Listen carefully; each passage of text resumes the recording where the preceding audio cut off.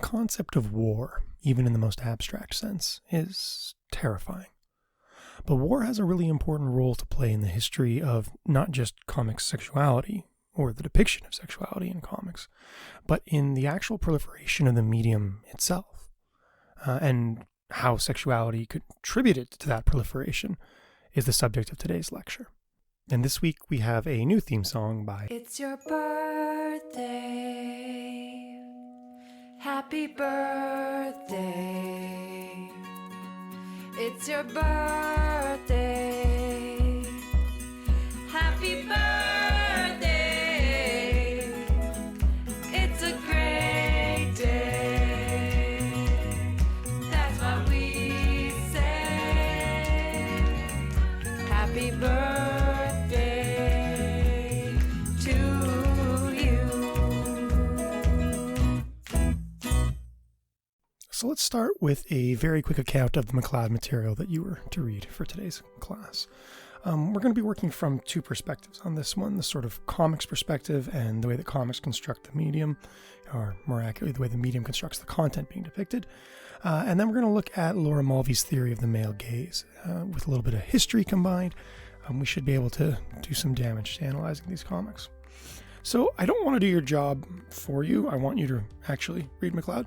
So I'm just going to briefly summarize Chapter 3 and Chapter 4, the main things that I want you to take away. For Chapter 3, the most important element is the concept of comics as an active versus passive medium. In this case, in between. So an active medium, again, is just one that sort of gives everything to you. You don't have to think too much. You don't have to interact too much with it. And a passive medium is one that requires a little more assembly. Comics are in between, according to MacLeod, and most notably, that creates certain opportunities for unique storytelling techniques in comics. And I'll let MacLeod expand on that. And then the main element otherwise from Chapter 3 is the accomplice effect of the form, which is to say, by forcing you to be an accomplice, forcing you to be involved in the construction of meaning in a comics, you become immersed in the narrative to a degree that exceeds something like cinema, a traditionally passive medium. In Chapter 4, MacLeod lays out his concept of how time works in comics, specifically the notion that the reader can actually control the flow of time, though at the same time the author can create the illusion of time, certain clues to encourage the reader to see it one way or another. The reader perceives static scenes as fluid. This is the sort of fundamental miracle of comics. These are still images, but they're not still in your mind. They move. So they're not really images in this sense. They're not like snapshots. So it's more complicated than just pictures. Comics are not pictures. They're part of a more complicated effect. He also talks about the significance of this kinetic illusion for the superhero in particular. And for our purposes, discussing sexuality in comics, that kinetic element can be very important as well. Sex being a kinetic exercise. And with that, I'll leave the rest to MacLeod. I just wanted to highlight a bit. Now, let's talk about a more complicated theory.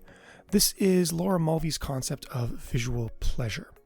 So in 1975, Mulvey changes the way that we look at film. She was a radical feminist filmmaker at the time, and a philosopher as well. Also a psychologist. So her theory is based in the concept of Freudian thought, which has largely been disproven, specifically the theory of castration anxiety, which is the idea that men are scared of vaginas because they're what Freud calls the living wound. Which gross. The idea being that when men see a vagina, subconsciously they are like, oh crap, there's no penis there. And that's the first time it occurs to them that they too could lose their penis. So women are all like castrated in the eyes of men. If this sounds like a theory derived through a great deal of cocaine and way too much empowerment within his individual field, yeah, that's most of Freud, in point of fact. But the theory held on for a long time, to the point that Mulvey is actually drawing from it in 1975, trying to figure out how men get around that anxiety when they look at women in film, why men aren't scared of women in movies, basically. So, the castration anxiety element is out. We don't believe that anymore. That's not a thing. It was never a thing. But the idea that men look at film in a certain way, this is the concept of the male gaze, as Mulvey frames it, is relevant. And the mechanisms by which that male gaze operates are extremely relevant and can still be seen acting very prominently in the medium today.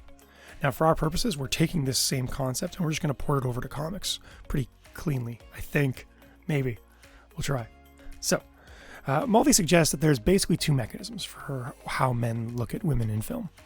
The first is scopophilia, which she defines as pleasure in looking. Think voyeurism.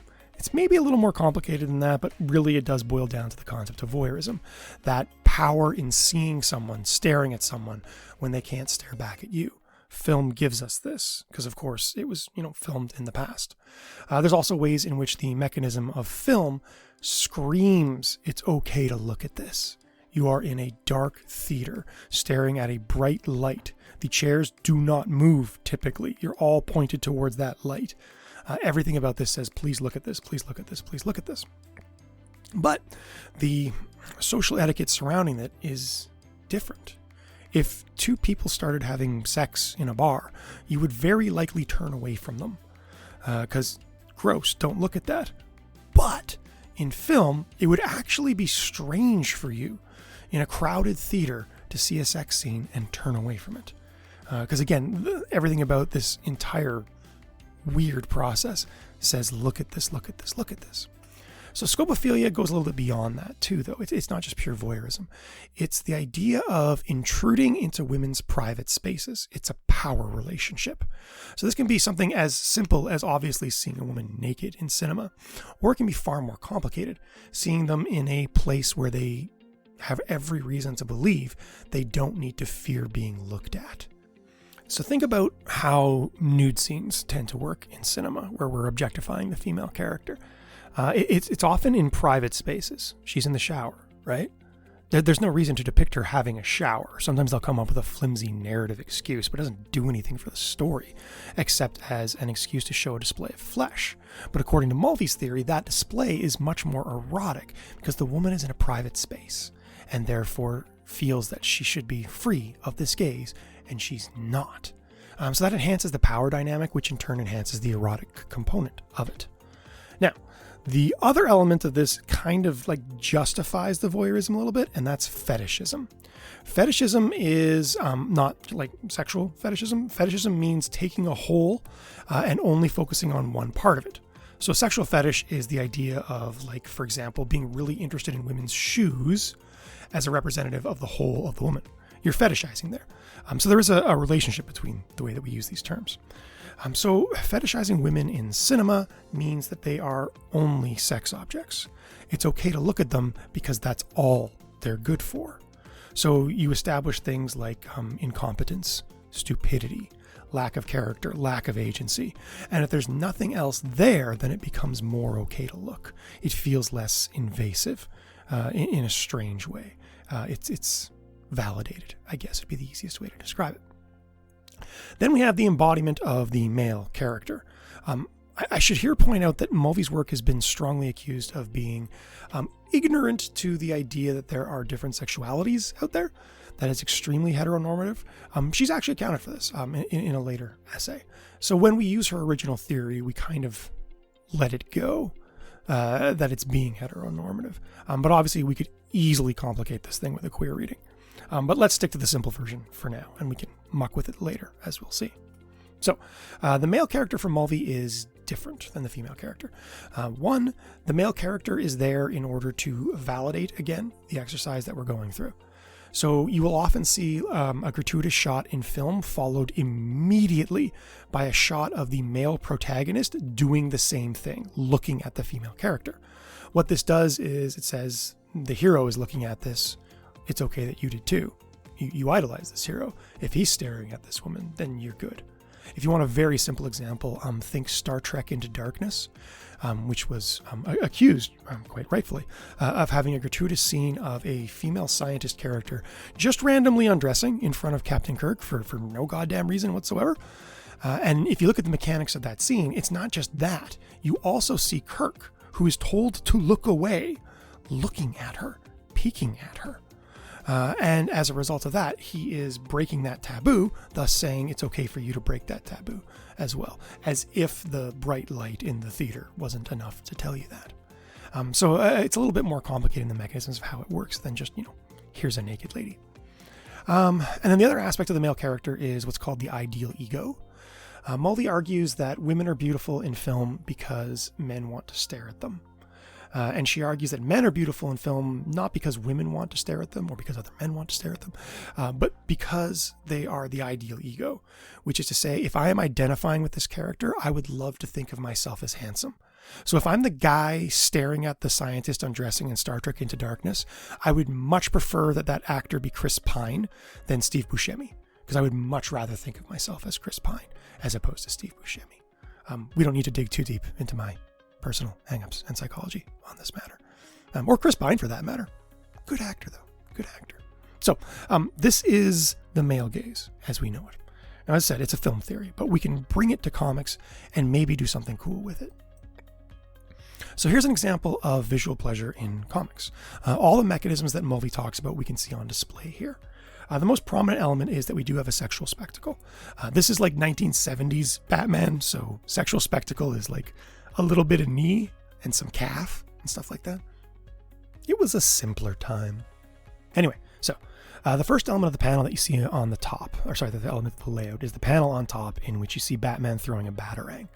Note the way that it's framed. You are over the shoulder behind Batman's head. If this looks familiar to people who play video games, this is the traditional first-person shooter perspective, the over-the-shoulder shot. Now, obviously, that is a shot that establishes embodiment. Congratulations, you are Batman in this comic, or at least in this layout. That's what that shot is doing. Batman is climbing up a balcony to a place where a woman should absolutely feel safe. Batman should not be doing that. Not cool, Batman. So he's intruding in her private space, as we talked about. Then he knocks on a window, again, over the shoulder shot of him staring at a woman in a state of undress. Again, by the standards at the time. Simpler time. Or innocent time. Let's be nostalgic. And he knocks on the window. She says, I would argue quite justifiably. What? Oh my God. Batman opens her window. That's intense. Showing up on her balcony is really intense. Opening her window, super duper intense. Steps into her room, where again, she's wearing nothing but a towel, laying on a bed, obviously a sexual symbol, and says, may I come in? He's already in. So again, all the aspects of visual pleasure that Mulvey talks about, we can see at play in this particular comic. Visual pleasure can exist in comics, and often does. I don't have time to show you all the comics in which this occurs, obviously, but think in your head the number of times that a superhero shows up on a woman's balcony, or in a woman's apartment, or in a woman's house waiting for her in the dark. That should be way creepier to us, and I don't think it is. Okay, so that's visual pleasure. If you have any questions about that, how that works, I know that was kind of a brief treatment of it, feel free to bring it up in the discussion board and we can articulate some examples of it and play around with it a little bit more. As I said, we'll come back to it. So, next subject, again, laying the groundwork for our analysis, war comics. So most of this history traces back to World War II. The superhero comics emerged, as you know, in like the late 1930s. And then World War II happens in the 1940s, early 1940s, depending on what country we're talking about. What you might not know is the extent to which comics were really important to the US war effort, as well as to the British war effort, and maybe a few others as well. They were openly distributed to enlisted men as a way to boost morale. You had a group of soldiers who were very young. Don't believe what you see in film where they're all middle-aged actors. You're talking mostly 18-year-olds, sometimes younger than that. Kids being sent to fight. So what they did was they gave them Superman comics, like a lot of Superman comics, a staggering amount of Superman comics. We have fun reports of Superman becoming so popular amongst the enlisted population that army chaplains were concerned that there was a cult of Superman forming, where you would have soldiers literally praying to Superman. Please, Superman, grant me the strength to get across this trench, or something like that. That's intense. Adding to the effectiveness of comics, a lot of the soldiers who were enlisted were also illiterate, so comics gave them something a little bit easier to read in order to, again, boost morale. Now, the British took a different approach. They distributed pornographic comics rather than Superman comics. And what ended up happening, maybe predictably, is the British soldiers saw the American Superman and were like, this is so cool, superheroes. And the American soldiers saw the British pornographic comics and were like, that's even cooler. Want to trade?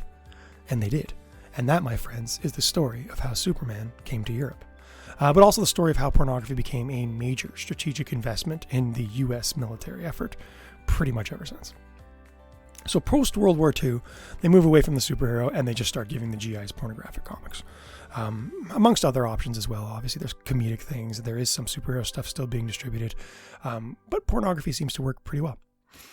They were very effective. Most famously, the one comic that I had you read a little bit about, Jane Comics, has been called the comic that won the war because it was believed to have such a positive impact on the morale of British soldiers and later American soldiers when they started trading them. That's a big claim, a comic book winning the war as a result of subjecting female characters to the male gaze. We'll talk about that. So here we have a really interesting kind of literal manifestation of the concept of weaponized sexuality. Here, the ability to effectively kill Nazi soldiers is enhanced by the number of naked breasts distributed in comics form to your soldiers. That's a heavy concept, and I'm not sure I have a whole lot to say about it here. Maybe that's a discussion board kind of question, idea, but it's something to think about. Now, as I mentioned, the impact on this is huge. This is how Superman comes to Europe, and then eventually the superhero comes to Europe, and they create their whole comics tradition. This also leads to comics proliferating in Japan. We'll talk about manga in a later class. And really creates audience building. So a whole lot of young men went over to Europe to fight in the war. And in other theaters as well. And a lot of them were exposed to comics because they were just given them. They had nothing better to do. So this really helped to build an audience for comics. The largest ever audience in comics history in North America was in the 1950s. So it's sort of immediately this post-war generation, and then, of course, them exposing comics to their kids. Presumably different comics, I hope. So the audience was built largely through this effort. Okay, so for Jane Comics, this is again the comic that is said to have won World War II. I actually gave you the reading, talking a little bit about the history of it and its impact, so I don't want to rehash that. I just wanted to throw it in here to be consistent with our trajectory. For me, the most important element to take out of this is that in the 1930s, Jane Comics was a very progressive, kind of feminist comic. And as soon as the war hit, Jane's body was enlisted in a way that I think is kind of sketchy and problematic, and frankly a little bit Handmaid's Tale, in the idea that women's rights are very much dependent upon the safety and security of the world, and as soon as things go to hell, women lose those rights, and they become breeding cattle all over again. Maybe Jane is an example of that on some small metaphorical scale. I don't want to read too much into it, but that's definitely something that came to my mind. Okay, so moving to the other two comics that we're going to look at today, both by Wally Wood. I have to set up Wally Wood a little bit for you because of his importance to comics as a medium. There's a lot of debate about who the most influential comics artists of all time are. Jack Kirby's always in that conversation. Wally Wood's always in that conversation. Top 5, if not top 2. So he's big. We need to talk about him a little bit. He was Minnesota born in 1927, died in 1981 by a self-inflicted gunshot wound. He's best known for his work at EC Comics, Mad Comics, and Daredevil. He was actually the guy who made Daredevil cool originally. Wally is kind of a legend for being a tortured artist. He suffered a lot throughout his life, and particularly in connection to his art. He's on record as saying, quote, "If I had it all to do over again, I'd cut off my hands," end quote. His talent is obvious. This is one of the finest draftsmen to ever work in the medium. But it was a medium that wasn't developed to reward its artists. And more accurately, it was a medium that was specifically designed to exploit its artist. And Wood, a nice, quiet guy with extraordinary talent, was easily exploited. As I said, considered along with Frazetta and Kirby, he's among the greatest, most influential comics artists in human history. There's all kinds of Wally Wood societies. There's all kinds of beautiful folio reprints, art exhibits, you name it. Now, one thing that he did that created a very direct impact on comics artistry is what's called panels that always work. So what you see here is a crib sheet, essentially, put together by some of Wally's devotees based on his notebooks. Wood created these iconic template panels that would work whenever you have a dumbass artist going on too long in dialogue. So it was a way of creating dynamic imagery in a scene whose content doesn't really support dynamic imagery. This isn't super relevant to our study, except to establish Wood's influence. Most comics artists have this image, these 22 panels that always work, on their desk somewhere. And you can see these exact panels used constantly throughout all manner of comics artists ever since. He also created, coming back to our broader theme of sexuality, a comic called the Disneyland Memorial Orgy, which was a subversive counterculture takedown of Walt Disney by showing a seedy sexual subtext to the Disney universe. We still can't confirm Wood drew this. He did. It's just unofficial because I cannot tell you how litigious Disney is, particularly against comics artists, except to say Google the Air Pirates scandal, and you'll get a pretty good indication of what happens to people who draw comics about Walt Disney doing seedy things. So what you see in this image is just every manner of vulgarity, up to and including sexual assault.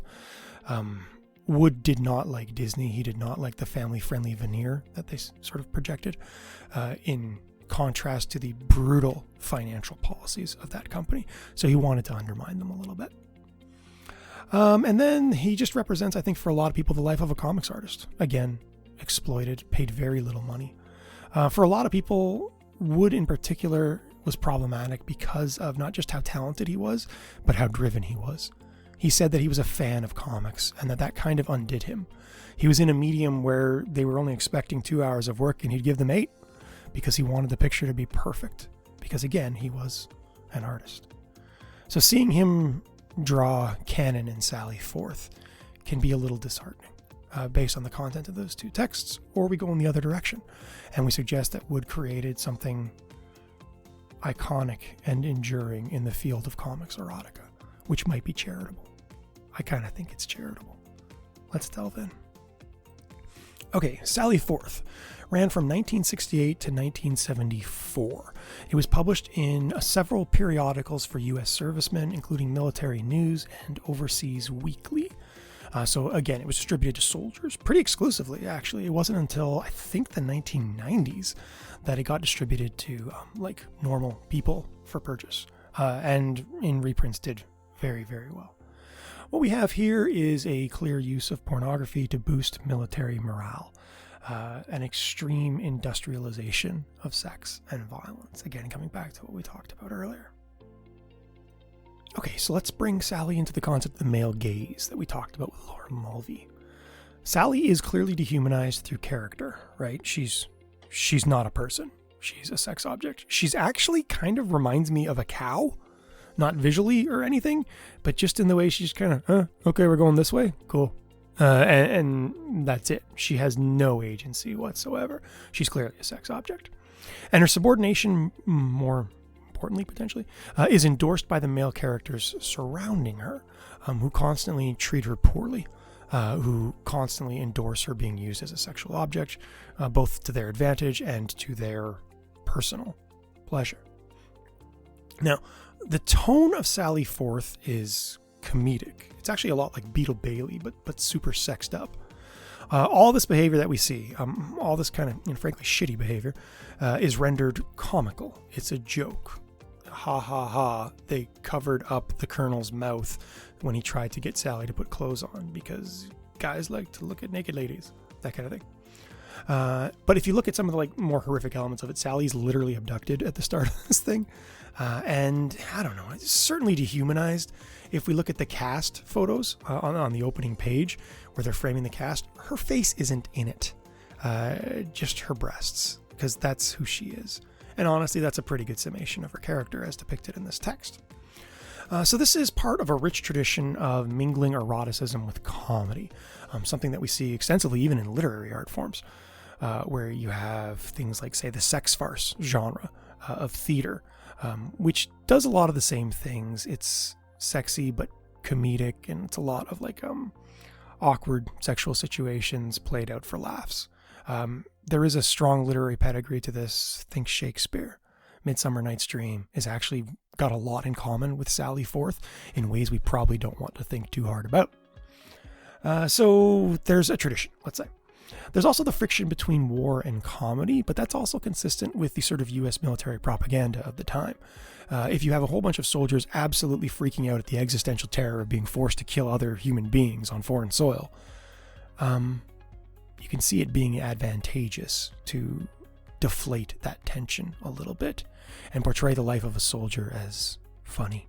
And Beetle Bailey does this pretty clearly. There's a lot of places that do this. Sally Forth is part of that tradition as well. There's friction there. There's propaganda there. How it intersects with sexuality, I think it plays it as like sexy times overseas kind of thing. I don't know.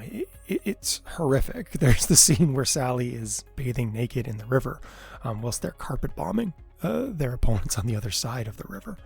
That should give us pause, right? In 2020. Anyway, I don't want to moralize. Sometimes I moralize. And then there's the main element of sexual passivity. This is something Richard Reynolds talks about with superheroes that we'll talk about later in our course. But sexual passivity is the idea that you have highly sexualized characters with no sexual agency. What I mean by that is every male character in this comic is absolutely thirsty for Sally Forth, but Sally has no sexual desire of her own. She's not attracted to anyone in particular. She has no desire for sexual pleasure. She is an empty vessel upon which the sexual pleasure of others is projected. She doesn't have any of her own. So there's a sort of sexual politics there that we should keep in our brains. Okay, so let's go to canon.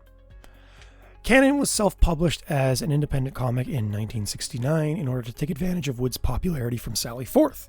In anthology format, it was actually one of the first independent comics. After that, it was serialized in Overseas Weekly from 1971 to 1974. Same idea, very different context. Again, tone is the pivot point here.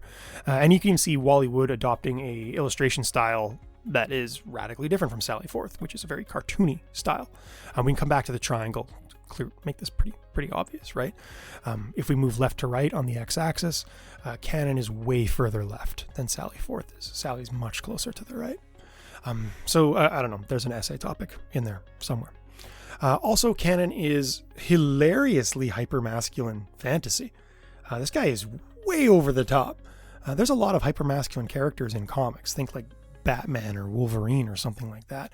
I would argue canon is more manly than all of them put together, but to such a degree that I find it like silly, I guess, if that makes sense. I keep wanting to laugh at him, this buzz-cutted, super strong James Bond on steroids kind of thing. But again, maybe just me. So what that leads to for us is the idea of canon as an ideal ego for male readers, coming back to Mulvey's theory. This is the guy that every enlisted U.S. soldier, possibly every male heterosexual American, wants to be, to an extreme and ludicrous proportion. You can see why it would be popular. I don't want to say it's simple, but I do think it's at least juvenile. Well, we can talk about that. Canon's treatment of women becomes paradigm for a heteronormative masculine ideal. He says that this is how manly men treat women. So how he treats women is, let's go with problematic. I don't know. We don't need to spend too much time on it. We can move forward. At the same time, we could argue that canon has some sort of erotic gaze elements of his own. We could argue that he is a bit of a sex symbol himself for either a homosexual male gaze or a heterosexual female gaze, or anything along that spectrum. I don't know. The way he's treated, though, is something that maybe contradicts that. We can talk about it in the discussion forum. We also have the idea of the casualization of bodily privacy. There's a whole lot of women, and this is in Sally Forth too, of like female nudity for very casual, strange, manufactured reasons. There's a whole lot of this in contemporary media. I mean, think like Game of Thrones. Lots of other examples out there, maybe more than need to be listed. But it's clearly part of the erotic fantasy. The idea that naked ladies are everywhere, man. Just walk around and you're bound to bump into one. So that's kind of, I don't know, an erosion of privacy to some degree, which might come back to Mulvey's theory, or might just be a reflection of a more general cultural erosion of privacy. Something that Susan Sontag talks about as a result of like the photographic arts. I don't want to make this more confusing than it already is. So let's kind of leave that as a concept that we can maybe discuss. Then there's violence. A lot of it. So this is a major tonal shift from Sally Forth. The merger of sex and violence here is much more literal and much more direct. For example, we see a ton of forced sexual activity. Women are forced to take their clothes off and being tortured in a way where they're still posing in very erotic poses. So we're really mingling sex and violence in complicated ways. Now, we could argue the same is true of Sally Forth. It's just the contrivances are more comedic and less literally someone screaming at you at gunpoint, take your clothes off so I can torture you. So there's problematic conflations there, again, that we'll have to talk about. Now, let's go to the charitable reading. I shouldn't even say charitable reading. I'm moralizing already. Canon presents a BDSM fantasy consistently.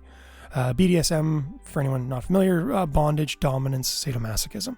The idea of deriving sexual pleasure from things like being humiliated or humiliating and through controlling other people.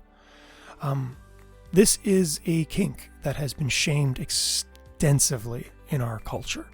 And we could argue that canon's catering to it isn't as problematic as I'm making it out to be, that there is a real art form here and that human beings are quite capable of understanding the difference between fantasy and reality. So criticizing canon is kind of like criticizing The Last Unicorn for having a unicorn in it, because there's no such thing as unicorns. I don't know. This is such a big debate between, again, the separation between art and fantasy and art's responsibility to reality in some ways. I'm going to go with I don't want to touch this. I just want you to have it in the back of your brain. It's something we can bring up in the discussion forum once again. And I'll try to frame a question that'll allow that discussion a little bit. And then there's the concept of sexual agency again, which is not much of a thing. There are female characters in canon, most notably Madame Toy, who do have sexual desires. So that's, I don't know, a step up on Sally Forth, maybe? The question is, do they have their own sexual desires, or is their desire just framed as part of the appeal to the masculine ego? By which I mean, they just can't keep their clothes on when Canon's around. He's so sexy, you guys. That kind of thing. This also leads to an important intersexual moment in the form of Madame Toy. This has been singled out by a lot of people as a really significant development in the history of North American representation of Asiatic peoples. Madame Toy is, again, Asiatic, at a time when America is undergoing several military efforts in various parts of Asia. We know the U.S. military effort frequently uses propaganda of Asian people to dehumanize them, to represent them as grotesque and hideous, and Madame Toy is a sex object. So that's something, right? It kind of leads to that horrible question of what are we going for when we talk about this problematic sexualization of women in our culture? Are we looking to equalize it, which is to say sexualize men just as much, or different people to the same extent, different races, ethnicities, sexualities, all that kind of stuff? Or is the actual sexualization the problem and the sort of dehumanizing aspect that comes with it? Toy is largely dehumanized, but she has a lot more agency than Sally Forth does. She's her own character. She's got her own story. Canon's effect on her is compelling. Her decision to have a naked bath in a river when she's on an island, leaving her gun behind, is questionable, let's say. But still, we might have something interesting happening with Madame Toy. Again, something that we can talk about. Okay. I mean, I guess that's like the easiest possible segue to discussion questions. Question 1. Read a little further into the rhetoric of our sample texts. What patterns can you see, or contrasts, in terms of how these texts effectively weaponize the sexual objectification of women? What trends, what tactics, what techniques can you see in terms of how this is happening? And then question 2, in many circles, erotica is an art. Yet we frequently focused on the social consequences, coming back to critical sexology, of these texts. What's erotic here? Is there a middle ground to be found in comics between erotic and conformity to the male gaze? Or is the male gaze itself what audiences of these comics find quote-unquote sexy? Now, just to give you a little bit of context on that, there are many avenues where erotic art is considered not low art, where it's considered actually quite high art. So think about things like Renaissance paintings, nudes, and all that kind of stuff. Wood is clearly a very talented artist. Is this art? Why not? And how does the sexualization impact its potential to be art? All that kind of fun stuff. So see what you can do. Be respectful. Be kind. Don't be a butt. In the discussion forum. And I will see you there.